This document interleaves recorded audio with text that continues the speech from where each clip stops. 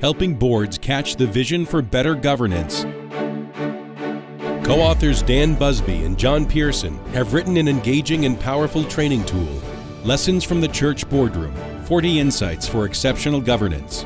Join prolific authors and bloggers Dan and John as they share their expertise from several of the lessons. Our prayer is that this video will inspire your board and help you accomplish an even greater vision for good governance. Confidentiality of board discussions, actions, and materials is so vital. The lack of confidentiality, what we call loose lips, will cause two things. First, a loss of personal respect for the board member who breaks confidences, coupled with wonderment as to how the individual was ever qualified to serve on the board. And number two, a loss of respect for the church.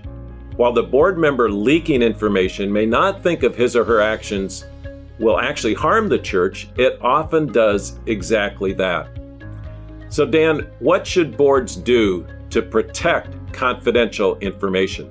Well, John, in our book, we suggest a simple and straightforward 5-step remedy. Number 1, establish a sound board policy. Start with a board policy that addresses confidentiality guidelines and delineates who speaks for the board.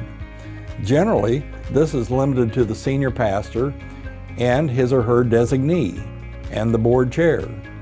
Number 2, blow the whistle early. When it is first determined that a board member has violated the confidentiality policy, the issue must be addressed. Number 3, directly address the matter with the board member. The board chair should privately consult with the board member. If the senior pastor is also the board chair, a board officer should take the responsibility of communicating with the board member. So John, would you wrap up this video with the last 2 steps of the remedy? Of course. Here are numbers 4 and 5. Number 4, wow, extend grace for the first offense. If the matter can be settled in a private meeting and the offending board member admits the indiscretion and commits to never repeat the offense, perhaps the matter need not be brought to the attention of the full board. Number 5, follow the 2 strikes rule.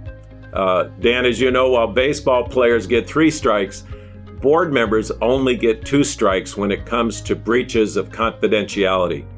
Of course, a church must follow its organizing documents or denominational polity, but 2 swings at the confidentiality plate are essentially all a board member should get. Few things can destroy the trust of a church and its board as quickly as when a board member leaks confidential information. Though this sadly may be the way of life in some corners of the secular world and with some government officials, this is God's work, and we are called to a much higher standard.